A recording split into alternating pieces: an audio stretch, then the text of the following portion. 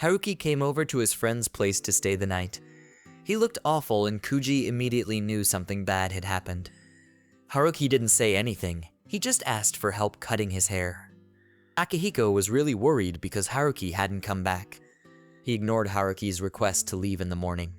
When the guy finally returned, Akihiko was shocked by his new haircut. Haruki said he was tired of getting rejected and tried to push him away. But Akihiko had nowhere to go.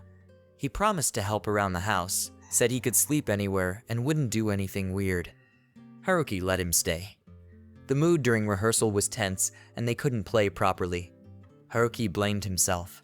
He wasn't as talented as the others and today he'd messed up rehearsal too. Akihiko told him he was their leader and they couldn't do it without him. After Haruki calmed down, he asked what he should make for dinner. He wanted to do something nice for him. They had been living together for a while and Mafuyu noticed that the bass and drums were starting to sound really in sync. While living at Haruki's place, Akihiko saw fireworks for the first time. Yugetsu's place was partly underground and they never went to festivals. Akihiko decided to tell him they hadn't been together for a while because Yugetsu broke up with him. He used to be in love, but now he was just hurting.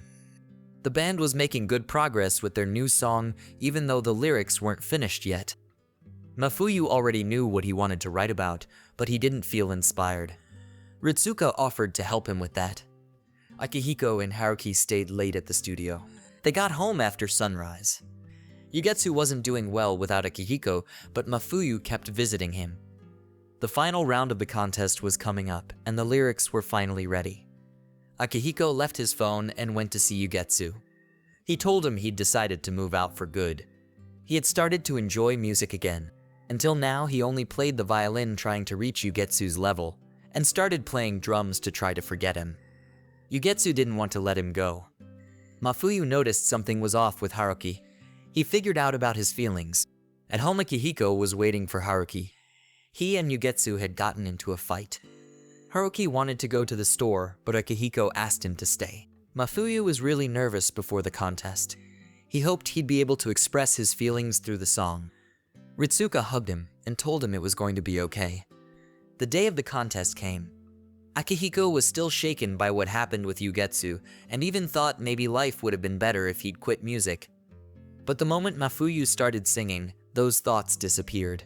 He remembered the last time he'd gotten chills like that. It was the first time he heard Yugetsu play the violin.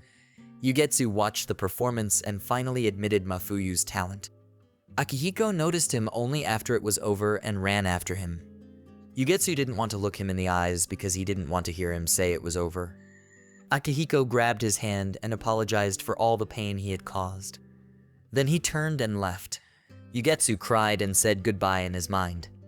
The band didn't win the contest, but everything worked out. Akihiko quit his side jobs and started focusing more on music. Haruki helped other bands and played at concerts. In the spring, Akihiko entered a violin competition.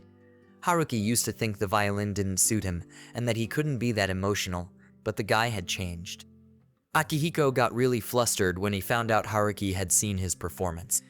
He only invited Mafuyu. He told Haruki that he had finally ended things with the person he loved and now he wanted to become someone worthy of him. When Haruki heard that, he started crying. Akihiko hugged him, told him he loves him, and asked if they could start dating.